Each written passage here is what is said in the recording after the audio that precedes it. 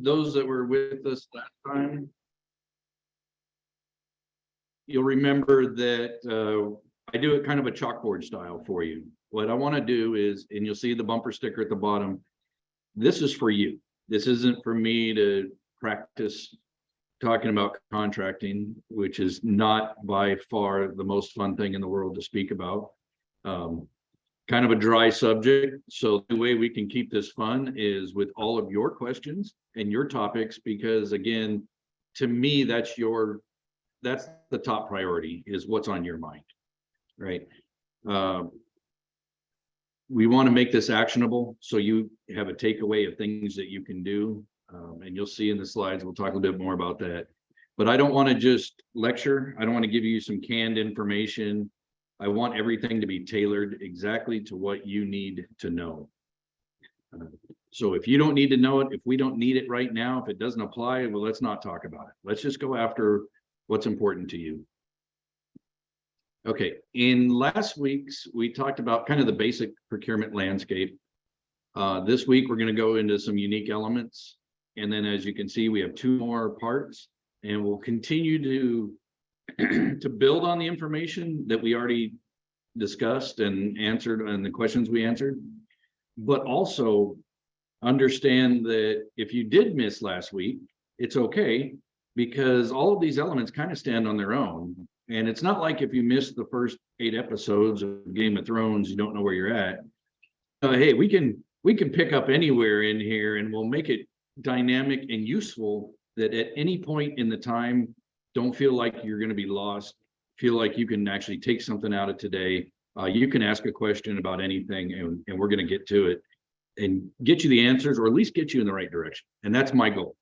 Again, my biggest mantra for everyone here is, I know that most of you are one-person bands taking this on, entering this world, and you have very limited resources. Your time, your money, your personnel, if you even have any, and all this learning and all the work you have to do at the desk takes you away from doing your passion, right? And for those of you I've met with individually before, I've said that before, that I'm going to take care of your resources, and I'm going to give it to you straight, and it will be an opinion many times, but you'll see it's my opinion on how to conserve your resources and get the return on the investment of your time, your energy, and your money, right? Because even your mental energy at the end of the day, you're not going to be able to do your work if this stuff's just, weighing you down. So we don't want to get you too overwhelmed.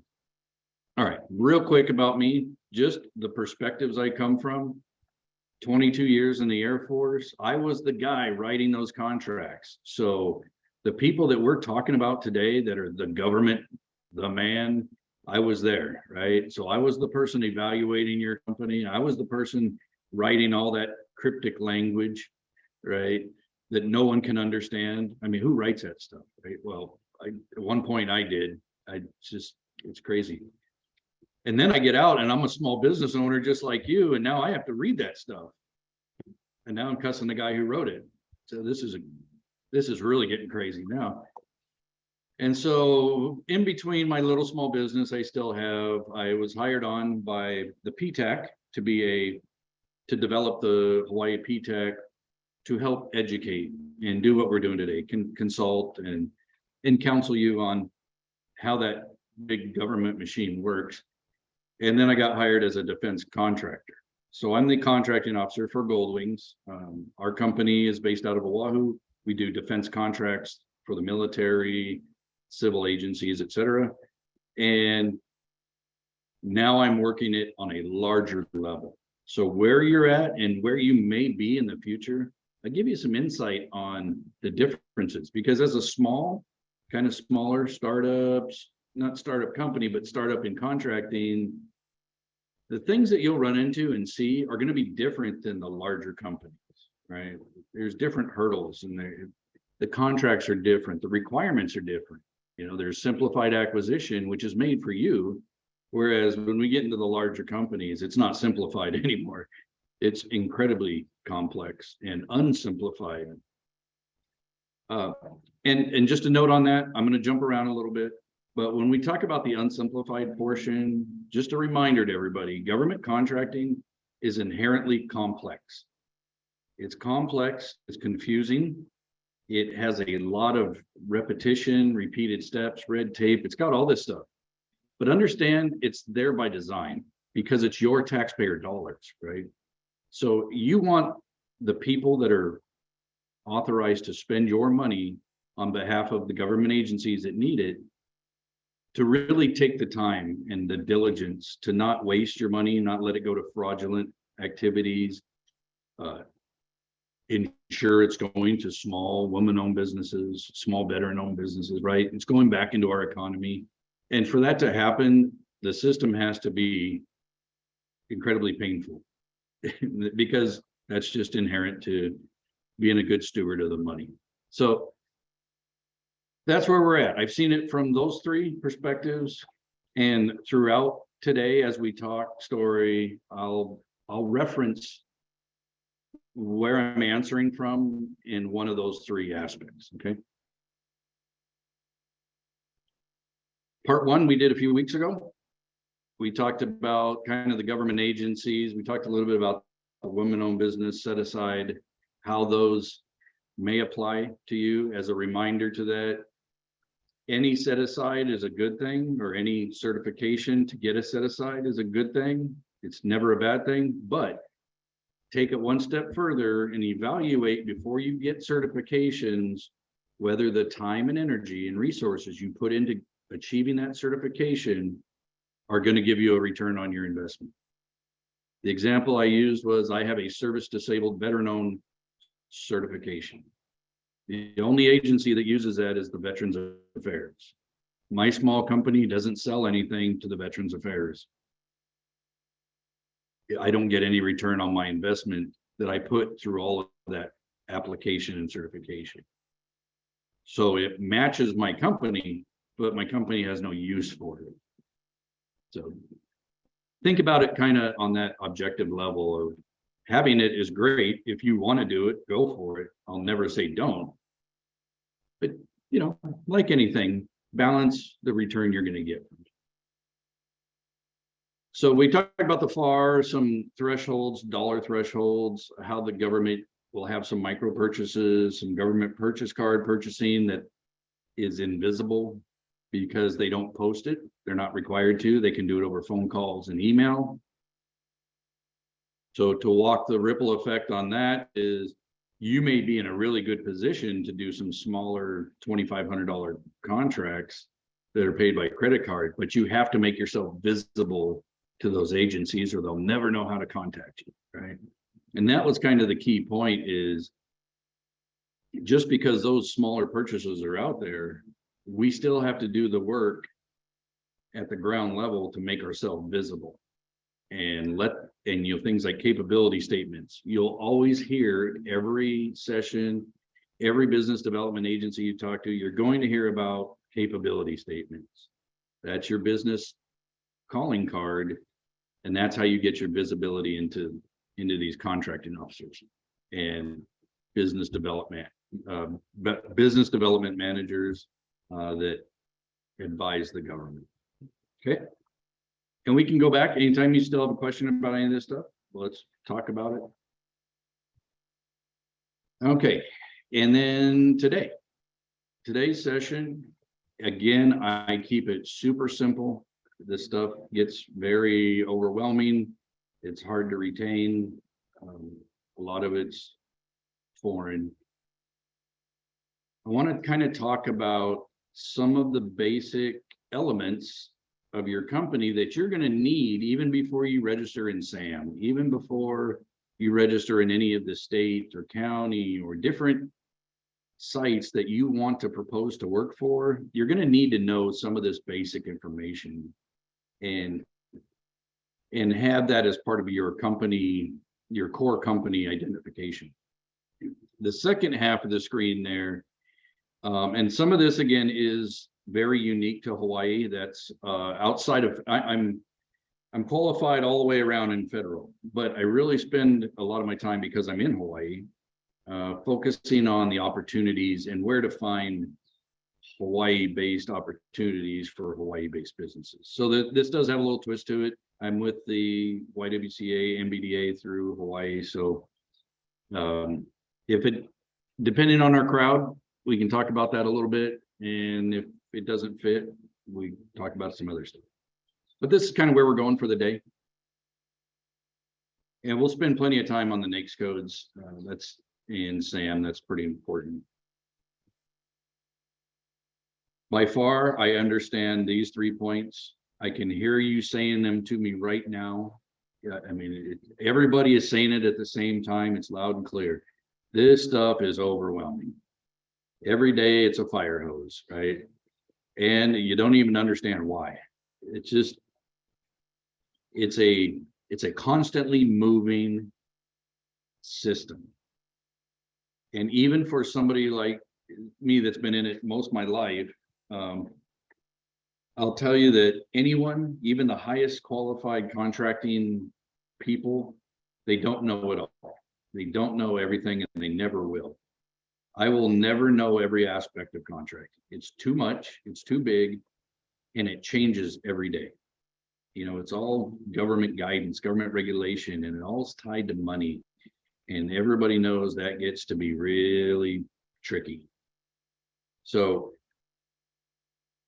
let's work on the overwhelming piece by breaking that down and just take the pieces we need today, take the pieces you need tomorrow, and work on those, understand those and learn those, learn some basic concepts.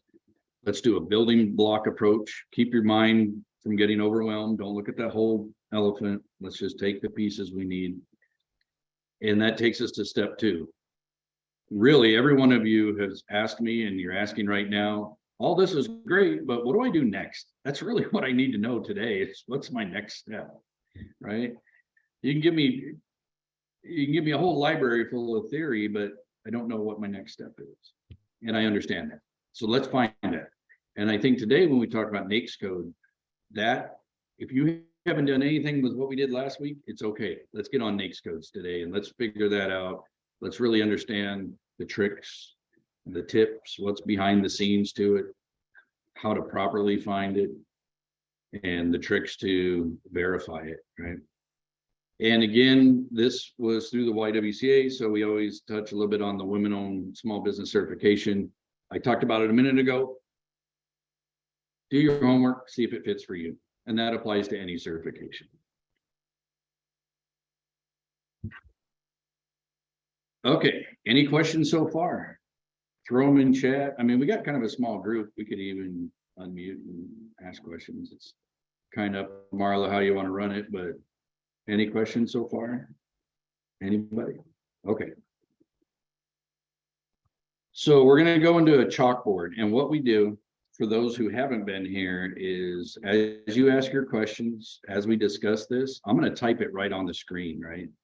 That way, if you don't understand the notes you took or you're just listening, when you get these slides, the notes will be there and you'll have the reminders of what we discussed. And you may bring up something I didn't even think of. So I'll go look it up real quick and I'll put it on there, and then we'll have that information. And we have a bunch of blank chalkboards down here, and we can just keep adding stuff no matter what we talk about. And that way we have a collaborative effort, and we have some takeaways of information that we can actually use.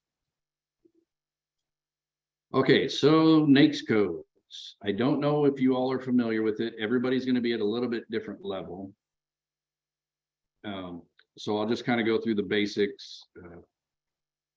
I think if everyone says, hey, we got it, move on, then just yell. But the NAICS code is a North American industry classification code. And that means it's used by the US and Canada uses it. It is, for those of you, I'm showing my age, if you remember the decimal system, the card catalog, this is how the government catalogs supplies and services, right? So everybody is going to fall into some card catalog in the whole library of what the government buys. And this has up to 6 digits. And I think what I'm going to do and so what we'll talk about, let me jump around a little bit.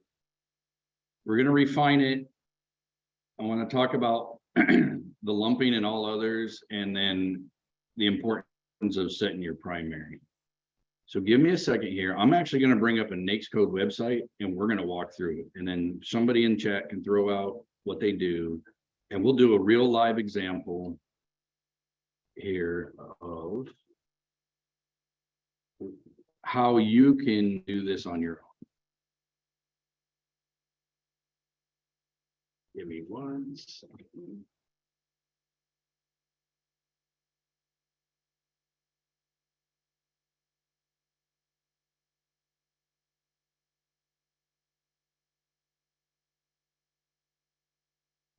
Okay, here we go. This will be fun. As fun as contracting can be. Okay, everybody got that screen okay? All right, good. All right, I got some thumbs up. Great. So this is a public website. It is not owned by the government. It's a .com, but they've done a really good job of cataloging the updated NAICS charts. So what I want to show you here on the left, and when you see the SIC code, don't worry about that for now. That's more advanced. All we're going to do here is look at NAICS. And when you register in SAM and when you bid on any contract, your NAICS has to match in SAM to the solicitation. Right. So essentially, you are going to self-authorize that you are in this field of service or supply, and it matches what the government's buying. Here's a key component. This is an opinion. You are going to choose what you feel best suits your company. The government buyer's opinion is they are going to choose the code that they think best suits what they're buying. That is a subjective, all across the board piece here. And I'll give you some fun examples. Say I mow grass, right? I weed whack, I do lawn care, and the government says, we have no opportunities for that because we're looking for landscapers. Okay, well now I don't mow grass, I do landscaping, right? We're talking the same thing, we're just using different words. I clean toilets, I wash windows, I vacuum carpet. No, we don't need that. We need janitorial service. Okay, I'm a janitor, whatever. So you can see how we're going to try to look at what it's called in the table. And then we want to talk about what the government calls it and how they codify your NAICS code. I did one yesterday with a client. It was pretty interesting. And we went through and said, okay, she teaches yoga classes. So let's see, we'll play a little game here. Out of these codes from 11 through 92, go ahead and chat and tell me which category you think yoga would fall into. And just throw it in the chat. Pick 2 numbers that you think is closest.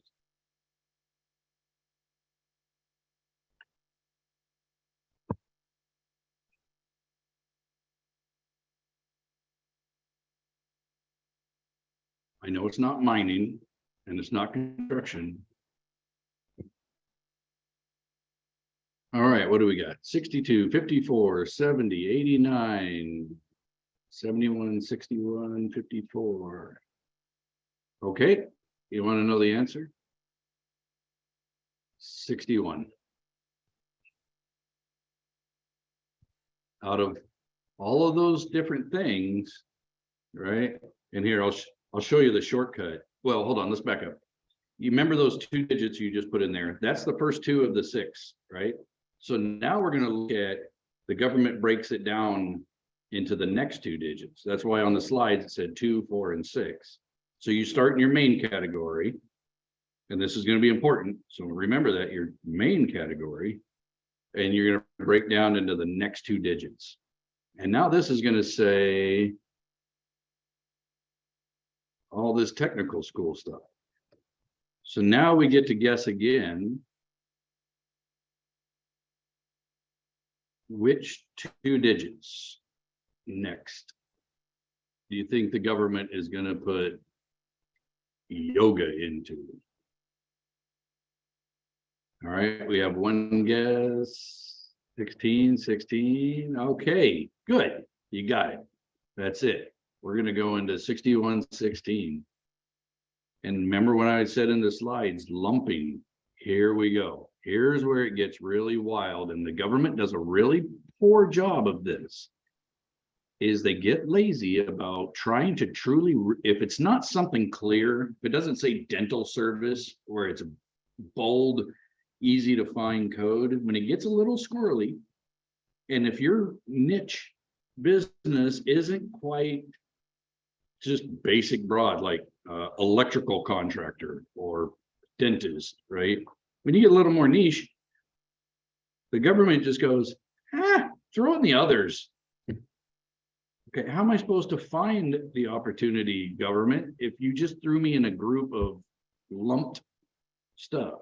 Now let's go chase that down and see what happened here. So in 6116, now we're going for the last three digits. So this is the last three digits on the quiz. What is most likely going to have yoga? 699, 620. All right, doing great. You guys got it. That's where it ends up. 620 and 699 is where the yoga always ended up. But now we have a problem here, right? Let's go into 620. Because there are so many fine categories at the end of it, they don't give each one of those a code. They stop at 6. They don't go 8 digits and 10 digits. So guess where yoga's mixed in with? Baton instruction. Yeah, that's close. Boys camps, cheerleading, gymnastics, and yoga. Yeah, they're pretty much the same, right? Hockey. I mean, ice hockey and yoga, real close. I mean, just remarkably close. Thanks, government. I don't have any clue what you're doing here. Martial arts and karate, that is yoga by far. No, it's not. It doesn't make any sense. Skin diving and yoga? One's in the water, one's on the land. They're not even the same, right? But we have no more codes. The government has just lumped yoga into these kinds of things, right? And if we go back to look at 699,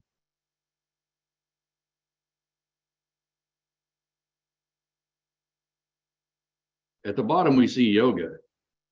We also see speed reading, self-defense, CPR, and Bible schools.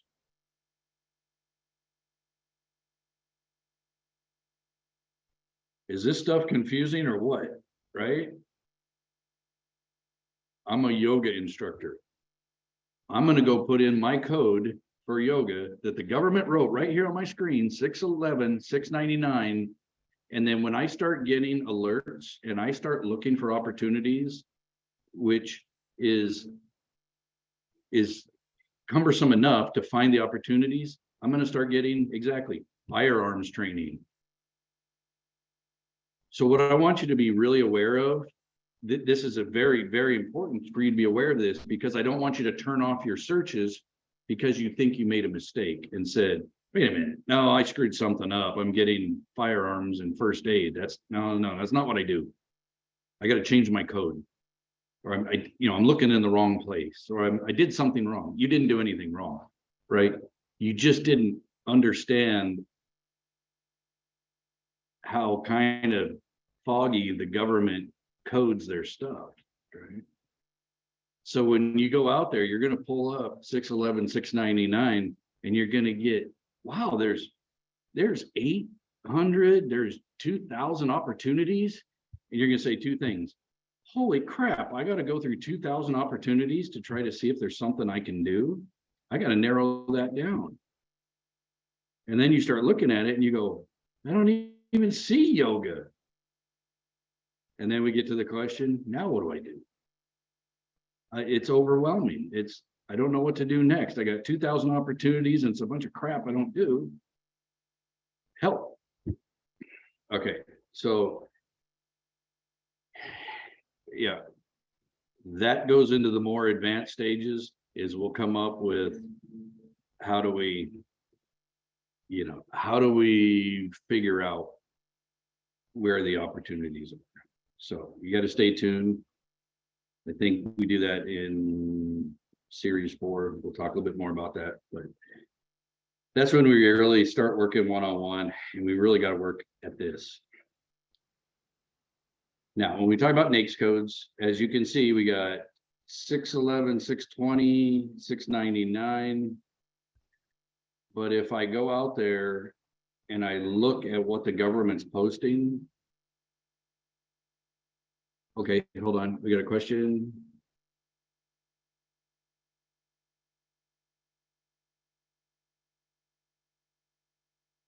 Yeah, how often do they get missed?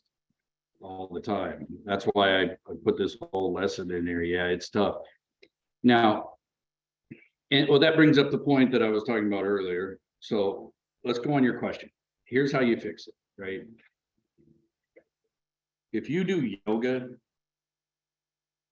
maybe the government is looking for yoga, but maybe they're not. Why don't we back up? And instead of just trying to sell yoga or whatever specifically, why don't we go back to the 4-digit code? Where's the 4-digit? Okay. Maybe we should be thinking about schools and instruction as how we classify what we're doing, because you never know. And this takes a little bit of art to it. There's a little bit of craftiness here. Say, for instance, the county of Hawaii or the state, any state, they always have elderly programs, right? Because they have the division of elderly management and growth, that kind of thing. Oh, it's all retirees. And they come out to the elderly center, the county center, and they get a free bag, and they get to do painting, or they get to do a little dance, or they get to do singing, and it's just elderly activities, right? Even with youth, during the summer, we have youth programs. Hey, we're putting out a contract, keep kids busy during summer, keep kids busy after school until their parents can pick them up, after school program. They never really go down to those finite digits of, well, you're going to do 1 hour of painting with the children, then you're going to give them a snack. They're not going to, they just say, keep them busy. And what I'm trying to say by that is they may put out a contract by the government that says, we just need some schooling and instruction of various types. And I've seen it many times, various methods of instruction. Well, now you get to pick, well, I'm going to do the yoga piece. And maybe your partner is going to do the artwork piece, or maybe you come up with another company that you're going to work with. You may want to be a subcontractor, or maybe they would like to be the subcontractor. So not all the time, depending on your business model, do you have to go after every contract alone as a prime, deal with all the finances, deal with all the paperwork. What we found actually in some of the yoga, when we went and actually looked inside of a system that listed opportunities, we found that there were generic, I don't know the great word to put for, but they are essentially a face company. They are a, say, personnel management company, a hiring agency. So what they would do is they would get the technical or the other school and instruction contract, and then they would hire all the different pieces. right? Another way to look at it is one of my clients does coffee farming. The government never buys coffee by itself. What they say is, we want uh, sorry about that.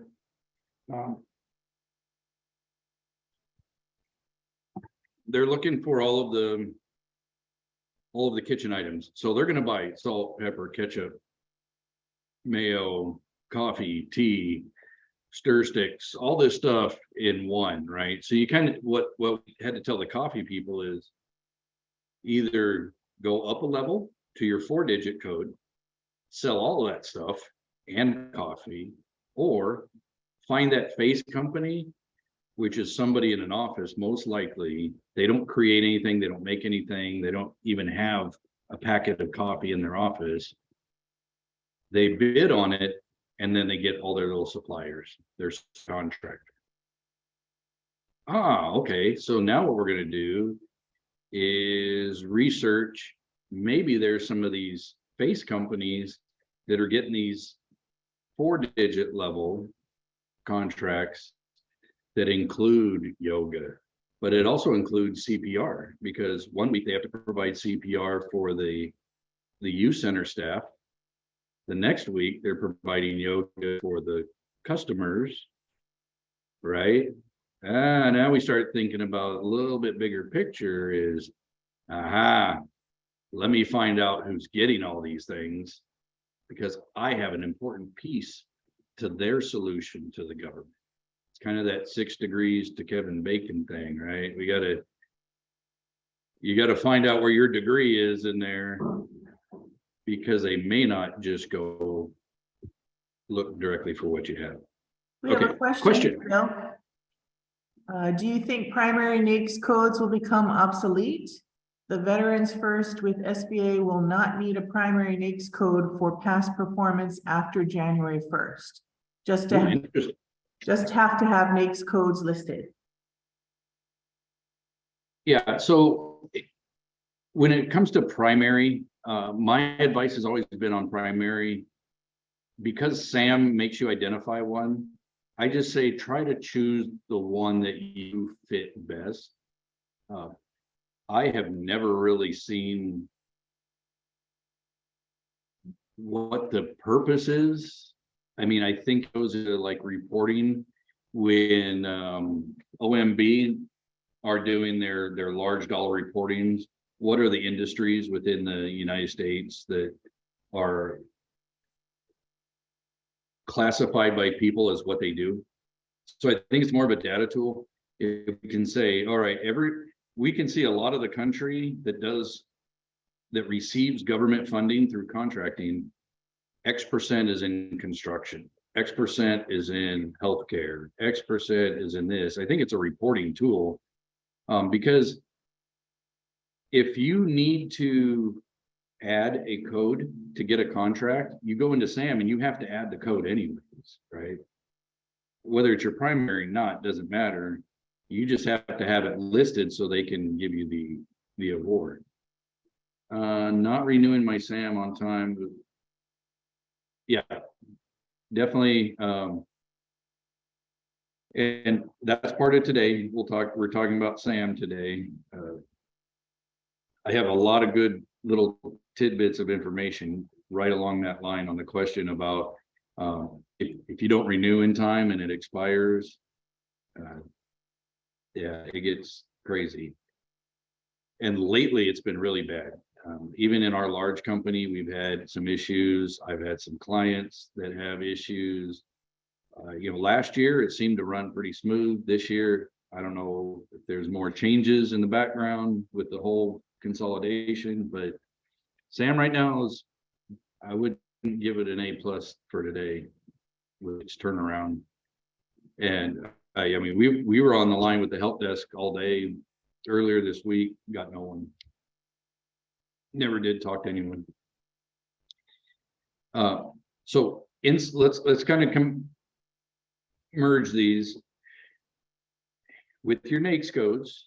It's okay to have more than one, right? And this is a lesson I'll just beat to death. It's okay to have more than one. have multiple, but don't get too crazy with it, because if you see when we went into here, what is that, about 18 or so just for that one code?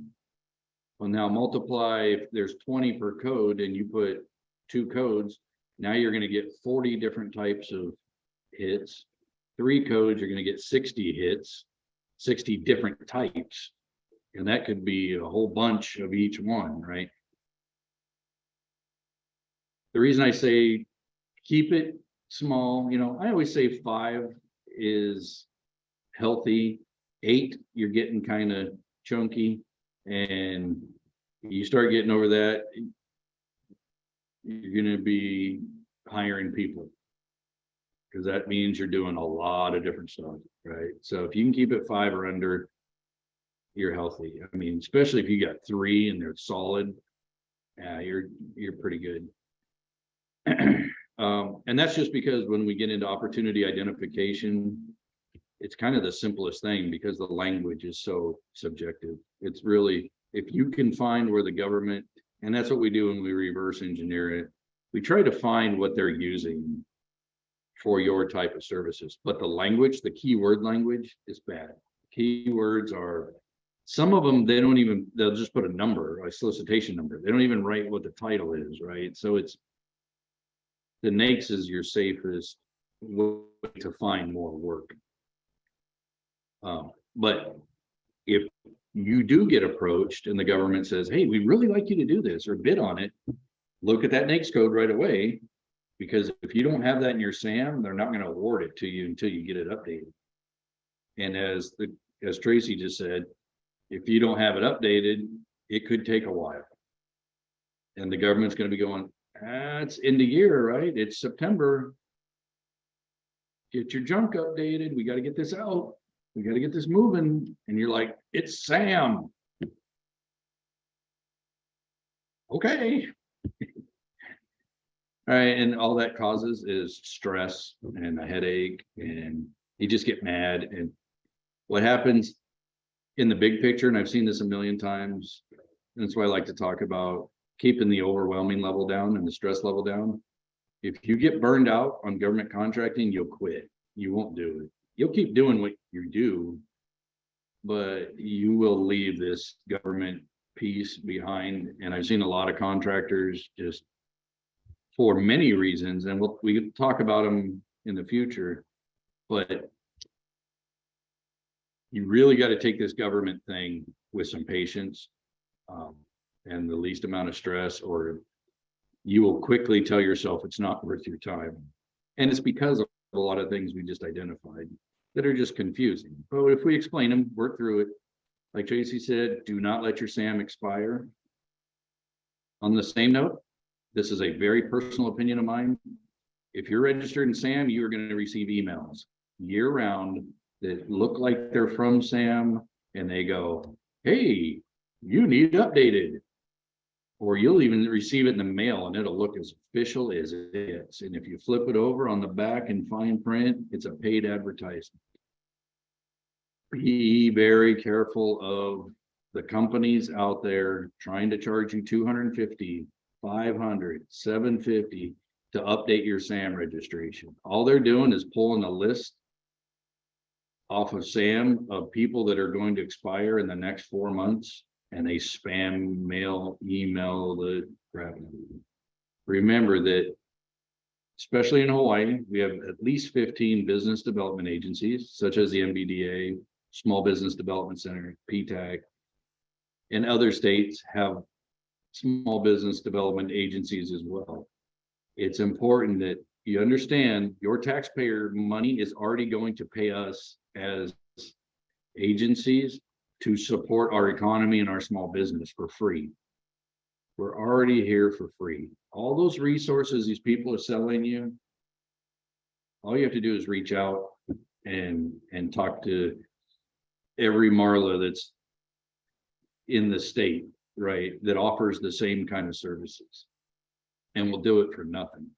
And we have your best interest in mind, not our own personal interest to get paid and drag you along and then mess up your paperwork. Not to mention, you have to give your bank account information, your social security number information, all of your addresses.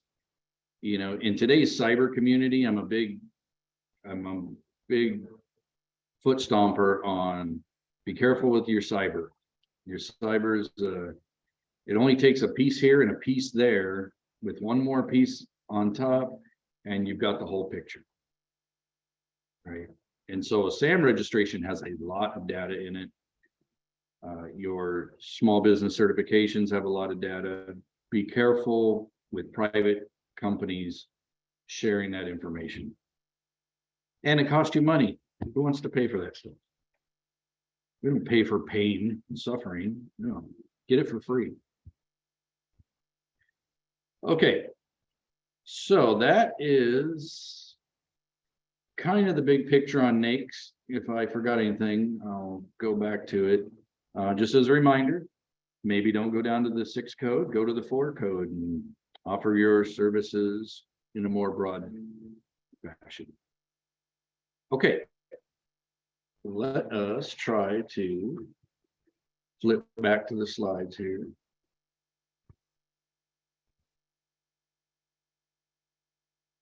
All right, NAICS. We talked about refining it, watch that lumping and the all others. You know, it's again, it's just a way to search that they may have just thrown you into an all other category and not in the actual category you think fits. On the slides that you'll get a copy of these sent to you. There is the NAICS.com website that I just used today. So if you didn't capture it or you didn't get it right, you'll have the actual site. In that site, remember, you can search by keyword of what you do. The way we did it initially, what I showed you is how most people do it. They try to guess their industry and they guess through the numbers and bounce around. Try throwing some keywords in there, but throw some broad keywords in there too that may get you close to what you do, because everybody does something a little different. And we don't know what the government calls it. And then the reverse engineering piece, that's something we have to do one-on-one. What you can do though in your time is search for opportunities out there just by keyword, or see if you can find some opportunities that really fit. See what the government's using. Go ahead and just cheat off of their paperwork and say, oh, you want landscaping, what did you put it under? And you'll find you'll have 10 landscaping contracts that you find, and they're all different codes. Because the person in Nebraska calls it something different in Alaska. But it'll help you verify that the ones you picked are correct, and it may open your eyes to some new ones. Okay, there's actually, I forgot I put this in here. Great, this is fun. You're gonna love this. I'm going to open up another website for you. Give me 1 second. This is a website you're going to love. This will be the highlight of your day, I promise.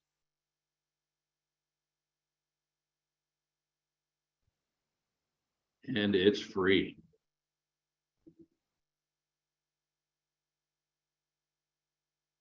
All right.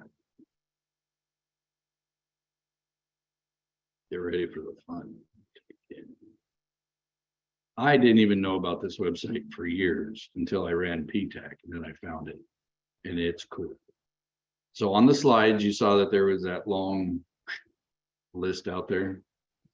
So go to this. This is a private company, but this is a company that provides the bid match service. If you heard of bid match through your local PTAC, when they sign you up for bid match, you'll give them either NAICS codes or keywords. They will email you every day an active link, or you can just keep the link and check it every day. It'll show you active hits to your request. So it's a paid service, but if you're a member of the Hawaii PTAC, I don't know about all the other ones. The Hawaii PTAC, if you register, they will provide you this service for free.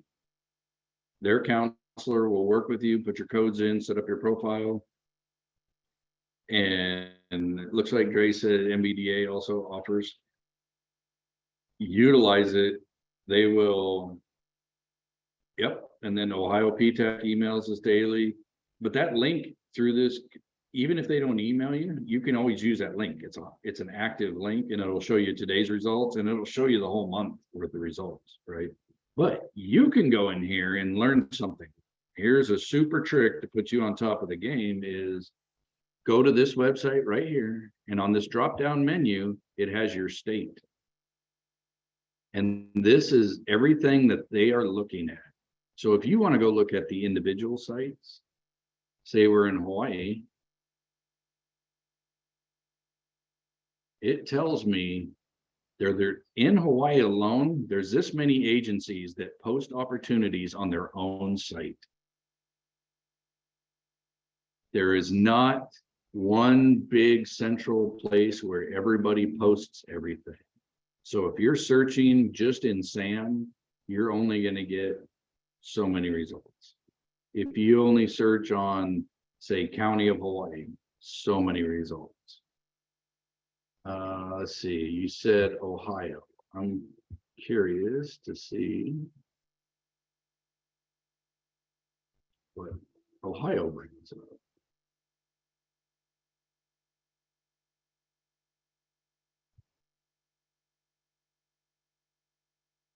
So if you're in Ohio right now and you want to look at opportunities that meet what you do, this is how many different agencies are posting their stuff out there, not in one place, but in many places, right?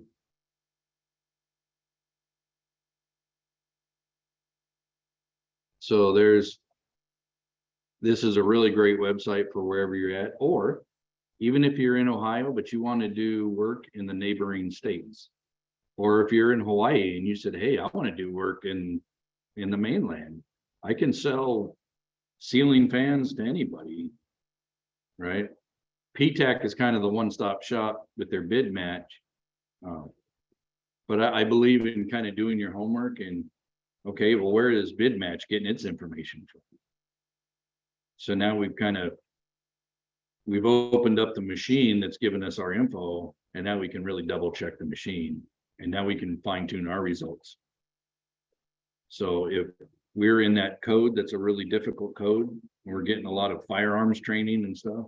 Okay, I'm going to get in there and go figure out if I know yoga isn't bought by the police department or whatever, I'm going to maybe find a way to refine, just we're trying to be smart about utilizing our time, finding the opportunities, which at the same time shows us that we verified our NAICS code. That's where it all started, right? It all started with the NAICS code, making sure we're in the right classification. So hopefully that was a great little website to give you. Hopefully you get some good traction on that. Let's go back to this. So that's on here when we talk about reverse engineering by searching opportunities. Until you get your bid match set up and get some hits coming in, you can go out here and just start going to sites. So another tidbit component to this, which I'm going to jump a little bit ahead of the game here. Don't get too crazy here. But if you notice that a lot of your opportunities that you have interest in are coming from one of those certain, we'll just call it advertising boards, bid boards. Well, you may want to go ahead and start registering for your free account. Because for instance, like County of Hawaii, if you have to register for their site, which is free, it's just a login account. So you go in, look at their opportunities. If you want to bid on it, that's fine, but they can't award you the contract and get paid until you fill out a few forms for their finance department, right? Their finance department has to have you on record. They have to have you on record. Registering for the site isn't enough. You still have to do a little bit of behind the scenes registration. But if you know that, hey, I'm that Toledo County School District, I'm going after them. I got so much I can bid them. Toledo County, that is my school district. I'm right there. It's a fit. Well, go ahead and jump in there, register, make sure you've asked the questions. Hey, am I on your financial record? Am I on your contract record? Is everything good? Am I certified? Kind of like Sam, right? Before you can do business with the government, Sam's got to be approved. Well, so does everybody else's version of Sam. So that's just when we talk about what do I do now? What's next? Start doing a little market research. What opportunities are there? Step 2, register if you find a site. Get yourself set up and you're ready to go. Okay. Not a lot of questions today. That's where I'm at. This slide, which you'll get as well. Again, I apologize for the folks in Ohio, but I have listed the main sites for our Hawaii folks. And let me talk just a minute about it for the Hawaii gang. In Hawaii, we have federal, of course, that's global.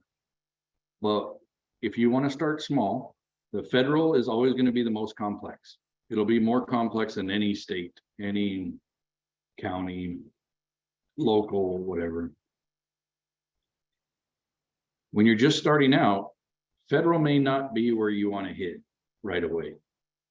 You may not even want to be a prime contractor right away, right? You might want to reach out to that face company and be a sub, get your feet wet, learn a little bit of, get a little bit of the stink on you, how this contracting and reporting that works, and see if it's worth your time and energy. But if it is, for Hawaii, we have public purchase, which a couple of the counties use. Commerce Point is where the University of Hawaii uses. So this is here's a little secret gem. Let's see, hold on a second. Okay, give me a second and I'll answer your question. With Commerce Point, you have to register separately, but think about it this way. We've been talking about government. We always tend to think military and that kind of stuff, even though the federal government has hundreds of agencies, Department of State, Department of the Interior, right? National Park Service is under the Interior, nothing to do with the military. There's a large list of federal. We think the state, well, how does the state purchase? Well, they all purchase a little differently. Break it down. The counties will do their own. State of Hawaii with Hawaii Pro, they do purchasing. The county of Hawaii on Big Island, county of Maui, they do their own stuff too. They have their own budget. So think about anybody who has a budget, even if it's a sub budget, of the state, they're going to spend money. They're going to buy, and they're probably going to buy what you sell. Well, think about the school systems, especially universities. Universities typically have pretty good money, right? And they are pretty straightforward about they need to buy stuff. I've done a lot of sales with UH. They're refurbishing furniture, they're refurbishing classes, auto shop. They always need computers, and there's always science equipment. Shoot, they need embroidery football uniforms every year. They need stuff. And if you're in the service, they need janitorial, they need construction. Universities are very healthy organizations, and they have a healthy purchasing department. So I encourage you to think about government in the idea that it's the federal, the state, the local, and then add university on. They're a major purchasing organization, school systems in general. Bill, we have a question. Yep. There are so many layers to government funding. I was wondering if having a certification like WOSB matters for sites like grants.gov.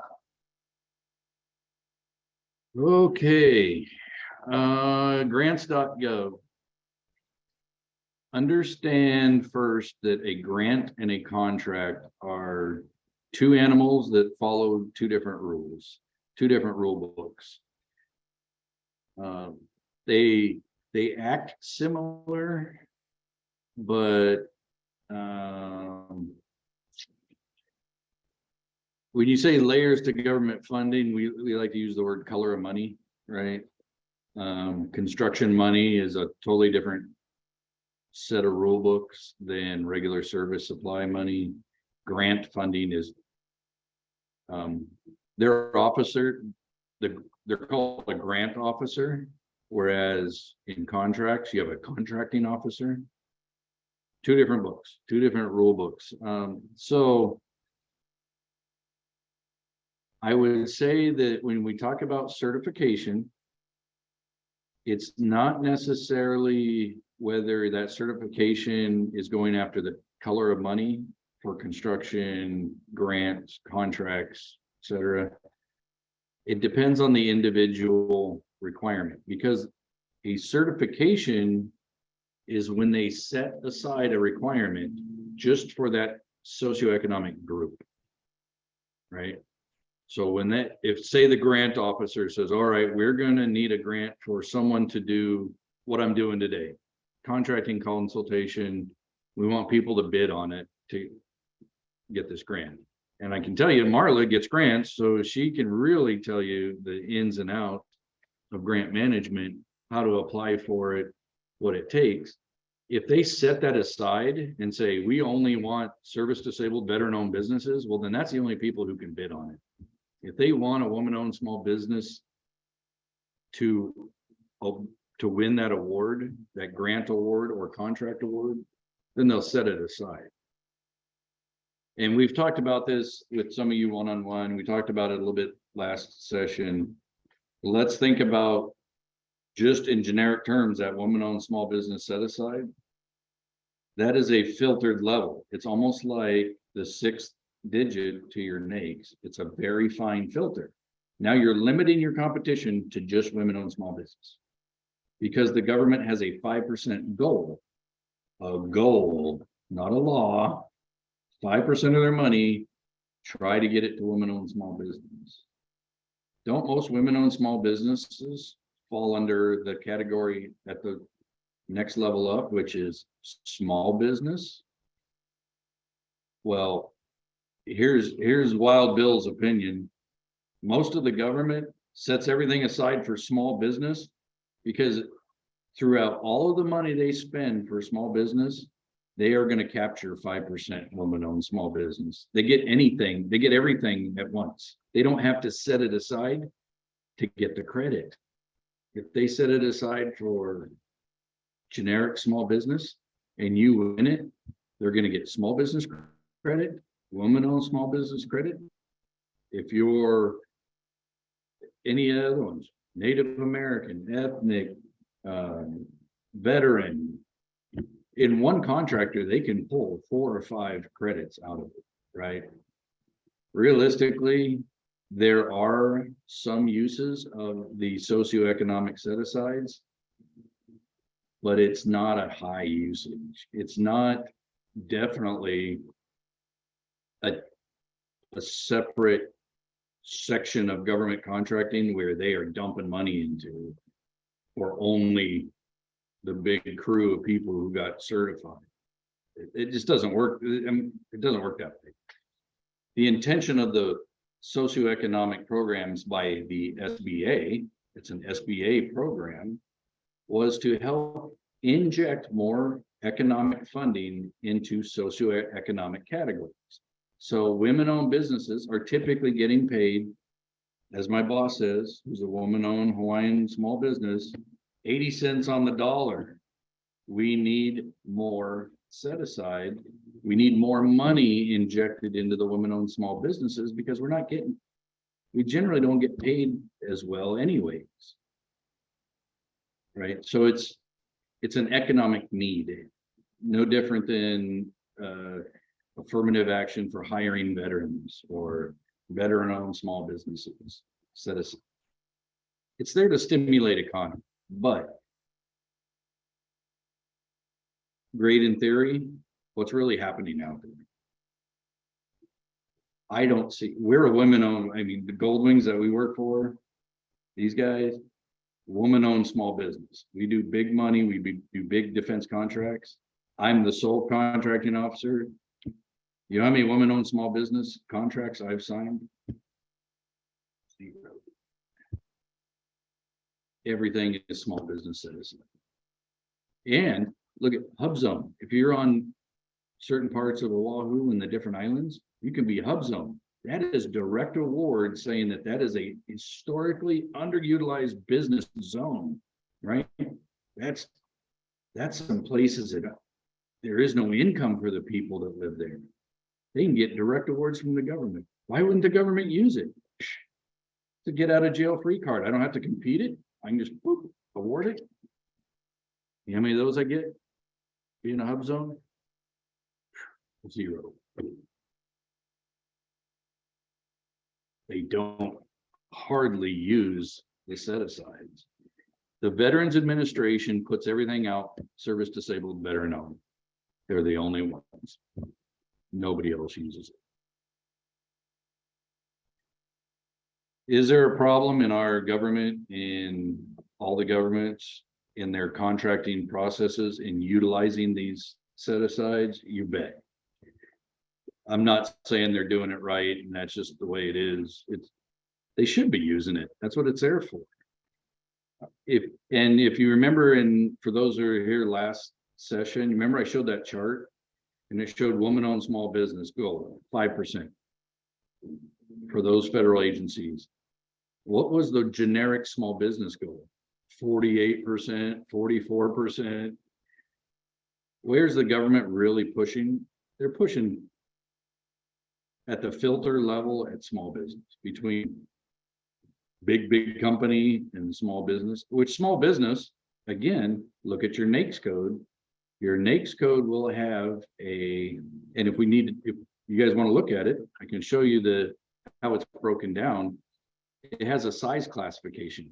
That size classification is what determines if you're a small business. Remember, small business doesn't mean that like, oh, there's only 4 of us, so we're small. A small business can be 50 employees with 1.5 million in revenue, with 30 million in revenue, and still be classified as a small business, right? And those are, in regular everyday terms, those are big companies. But you know what? SBA classifies them because of their NAICS code as a small company, small business. And they're able to compete with you jumping in on these contracts. That's where your NAICS code really comes into play, because that's also determining who you're competing with in that arena, right? Okay, I had another thing on this small business. I don't know, I get so excited hanging out with you guys. You get me on all these tangents. We get rolling here. Let me see. We had one more question up here that I missed. Okay, so we had a question up here about subcontracting. And that kind of goes into, I don't know if I mentioned it. I should have. Oh, good question. I'm glad you asked that. You caught me. I missed one. I don't usually miss them, but I missed one. Some of you I've talked with before. But if not, we're going to go to a new note page. Let's do it. Oh, we have to talk about that too. Cage, UEI, and Dunn's number. DSBS. This is super important. This is one of my favorite lessons to get you guys going. And we may have talked about it last session, but if not, dynamic small business search. All right. And the key component to here, and I'm pretty sure we put it in the notes last time, was when you want to become a subcontractor, or you even want to get noticed by the government, this is the place right here. All right, you want to go into SAM? All right, well, let's go into, we're going to do a couple websites here. And then don't let me forget, we got to go back up here and talk real quick about your cage number, your UEI, and your dose. I'll forget. Too excited. All right, going back to internet. It's be fun.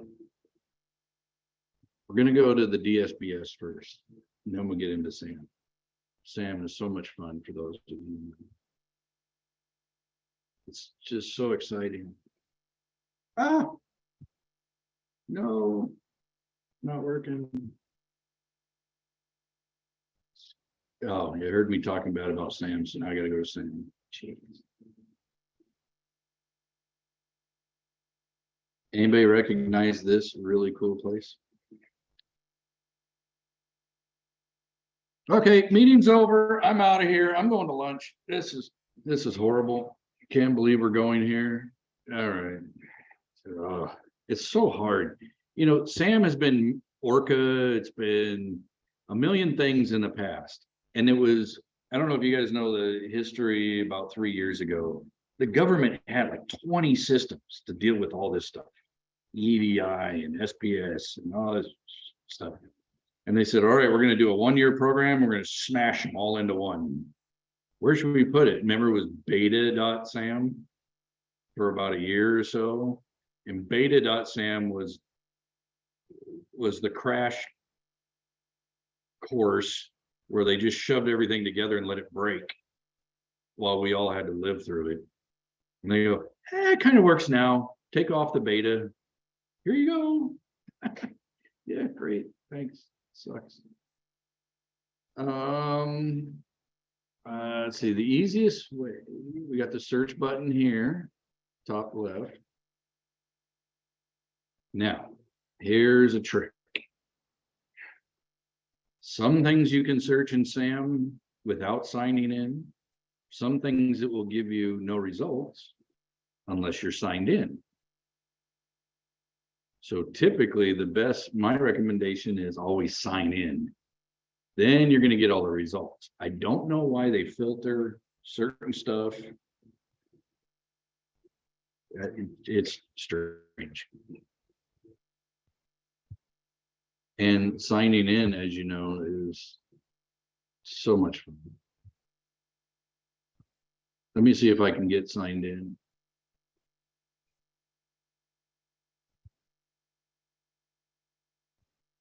And then we'll do some searches. But you guys got to give me the search criteria, what you're looking for.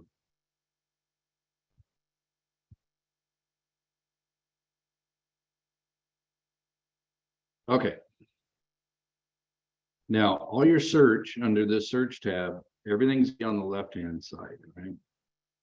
Remember, they put in opportunities here, but this is also, you can search people's companies, right? So you can look up. And when you're logged in, you can work on your company, but you can look at other companies too. Are we looking for, what's the question? Opportunities. Okay, let's try it. This is where it gets a little funny. Any words, all words, exact phrase. If you have all words and you don't have it just right, it won't show you anything. And then there's also domain, right? Are we looking for contract opportunities, entities? We'll leave it at all domains. Let's try this. Let's go with the example.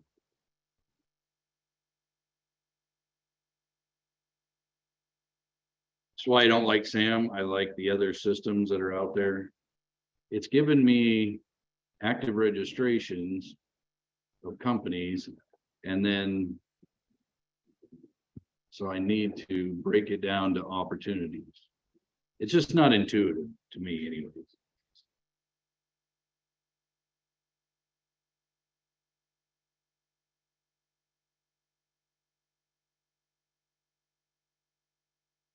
Oh, this is horrible.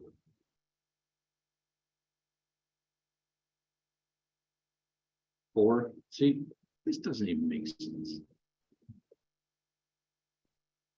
And I'll show you why. I'll show you my problem with this. And like I said, I'm honest with you. Yeah, junk. Watch. I'll take you into my site, one of my pay sites. And you'll see the difference why SAM is so difficult to find. And that's why I like the bid match. The bid match will fix all that.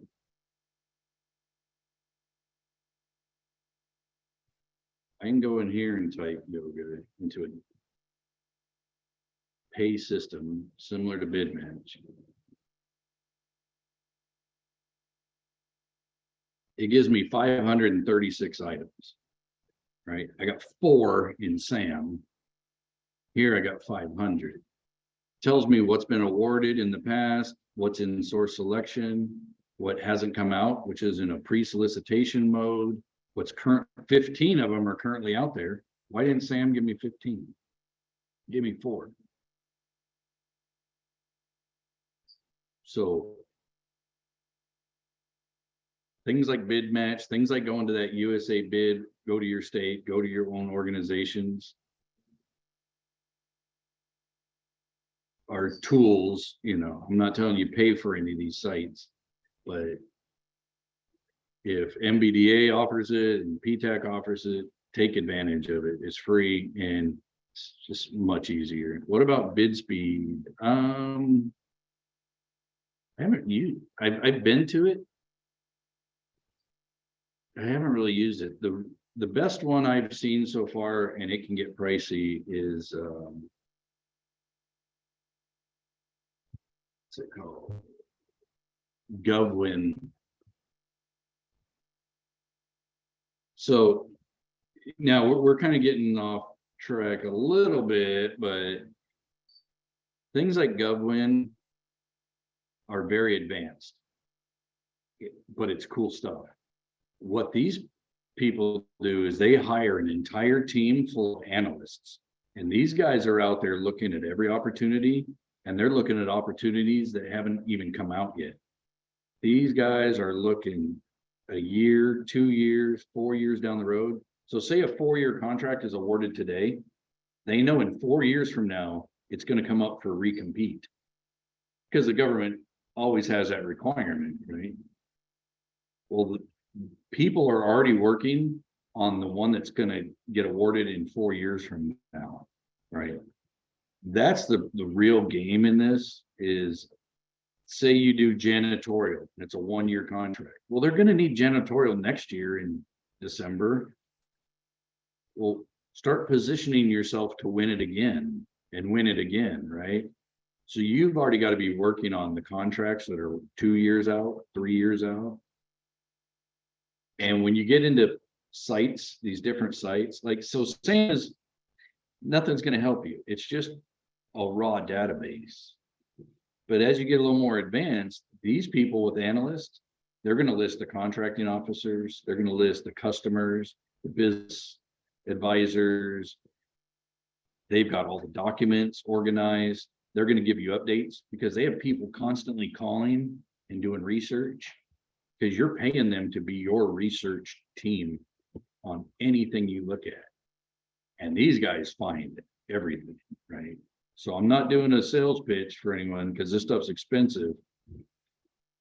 But it is important to know that as you grow in this, or potentially where you're at now, even in yoga, that there may be somebody out there, you know, Mazzani Fitness, and let's see if we can show the one. Here you go.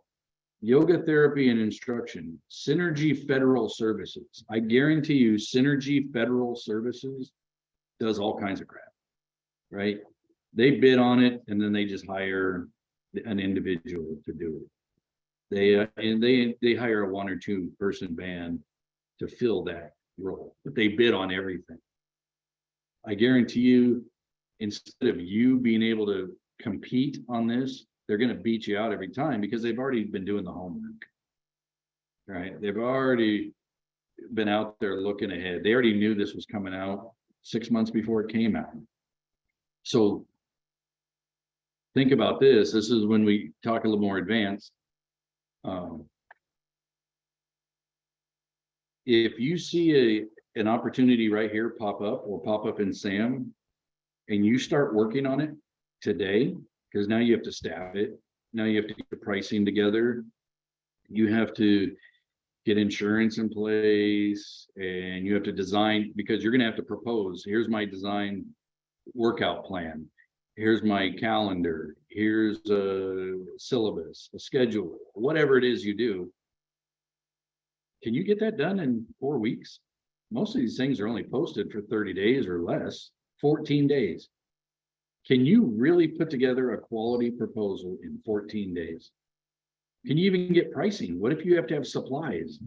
What if you have to, they say you got to do this for 100 people, but you have to supply mats, equipment, cleaner. Can you source all that and be able to put it on paper, do your markup, your margins, and get that thing in there in 14 days? No way. So in the contract consulting world, we will tell everybody right up front, if you see an opportunity and today's the first day you're seeing it and it's on the street, you're too late. And it's called P-win. You can look up the word P-win, percentage of win, based on about 40 categories, is Manini. It's so little because you're behind the game. The day it hits the street, your competition has already been on top of that joker. They've already got staffing arrangements, agreements, pricing. They're just waiting for it to come out so they can throw their bid in. That's why you go, what? They're $30 million contract. They put it on the street for 7 days and they got 3 bids. How the hell did that happen? Duh. They've been working on it for 2 years. And hopefully that gives you a big picture. I know everybody here is probably pretty small in their companies, but you still got to compete with Synergy Fitness just to do a yoga class because they're ahead of you, right? And all I'm trying to give you is the information in your toolbox to understand the realities of it. You know, obviously you're not prepared now to figure out how to jump on that a year ahead of time, but you're ahead of somebody else that doesn't even understand that's how the system works. Right? And hopefully I'm giving it to you in plain English that there's a lot of people hunting this government money, right? It's not super easy. And you'll hear stories though. It happened to me, you know, I did a contract, you know, I did my dynamic small business search. I was very visible. You know, Pearl Harbor Naval Station said, hey, you got this NAICS code. We're looking for more competition. Would you like to bid on it? They called me. Wow, cool. I bid on it and I won it. You know, hey, it was cool. You know, I was a small business. My overhead was low. Yeah, I beat people out, right? At the same token, County of Hawaii, super simple contracting, great place to start. They even advertised their past contracts and how much it was awarded for. All I did was look at the last contract and underbid the last contract. The person had won it, or the company had won it 6 times in a row. Their prices kept going up. I'm like, okay, I'll just bid less. Okay, I won it. I did it for 2 6-month sessions. I did it for a year. And they turned around and did the same thing to me. Underbid me, took it back. But because they were, you know, they had done more time in sourcing, you know, I kind of did my best to source the product. They had put years into really driving their profits up. So their cost was way lower. When they bid it and stole it back from me, they bid a price to sell the product to cheaper than I could buy it for. If I gave the product away, that company was still cheaper than me. And that just goes back to they had a lot more time ahead of me in understanding that requirement was for copy paper, right? You think the county is just going to stop in 6 months using printer paper, copy paper? No, it's awarded every 6 months for eternity for pallets of copy paper for the county. And these guys, they got it. They have a supplier. they can predict that in 6 months, it's going to be around X amount of pallets of paper. So they reduce their logistics costs, they reduce their supply costs. They've already got the deliveries scheduled where it doesn't cost them much in labor. 2 guys can do it. You know, they've put that time and energy into really dialing in how to do that. And that's a real world example. And, you know, I'll never get the copy paper contract again because they spanked me pretty good on that one because I took it from them. But same kind of thing, you know, and the question is, hey, how do we get into salmon? My answer would be log in, start playing with it, but find other sources. Don't rely on just that. Find some more sources of information. Let's see, is there anything more you're covering in SAM? Let's see, a few more minutes left. No, I think that should be it for SAM. I want to jump back real quick to the slides while we have a few minutes. And then I'll shut up.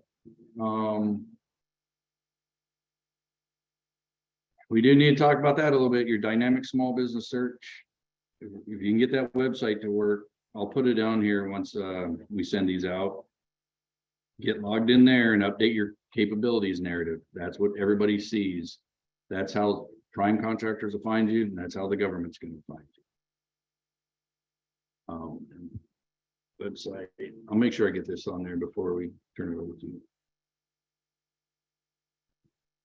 And you'll get these in your email. Okay, real quick in SAM, kind of the last piece of SAM is the one that issues your cage code. You may all be familiar with this. I'll just run through it real quick. Your 5-digit cage code, put that on your cheat sheet. Always have that in front of you. Your cage code is identified to an address. Be careful when you're registering in SAM and doing all your stuff that your business address is correct. That's going to be linked to your cage code. Your cage code is essentially your business's social security number. It's used for everything. In any system in the government we put a cage code into, it pops all your information up. That's all a very simple government tool. 5 digits, that's your tattoo of your company. So just give it the proper respect of the cage code is very important, and just keep an eye on it. UEI is well, let's skip UEI. DUNS number. You've heard of DUNS number in the past. That was Duns and Bradstreet. If you do have a DUNS number, that's okay. You do not have to go get one anymore. DUNS, if they've been charging you for company credit reporting, you don't need that. DUNS had a big problem with the government made them the trusted entity to issue another identification number, but they always tried to sell people their services. And they made you think the government required you to buy their services. Big foot stomper, don't pay money for stuff. It doesn't cost money to work for your government. So DUNS is out officially. The UEI, you'll get that from SAM. Put that next to your cage code because it's required now. The government will have you putting that on paper, and if you don't if you miss it, it's going to cause you problems. It's a unique entity identifier.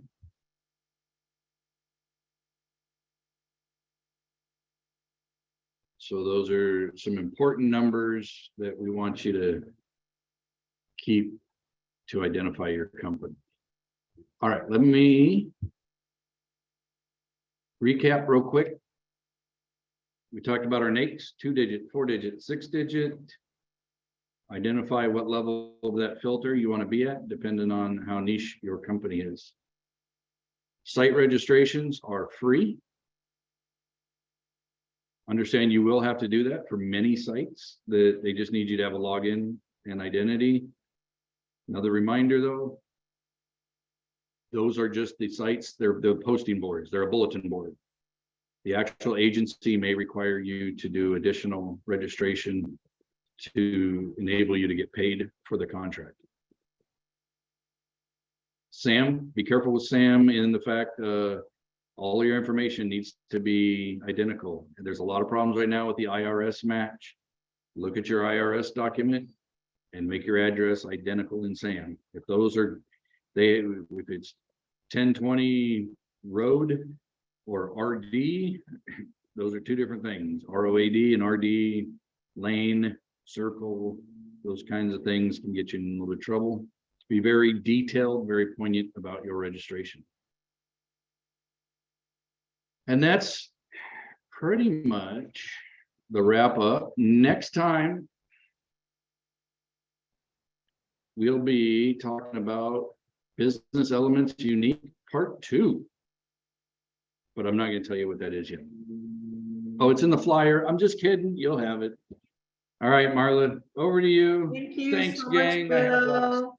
Thank you. It's just about 12:30. We didn't have a lot of time for wrap-up questions, so feel free to email that to me. I did want to let you know that for Hawaii-based businesses, Bill does offer one-on-one counseling through the Enterprising Women of Color Business Center.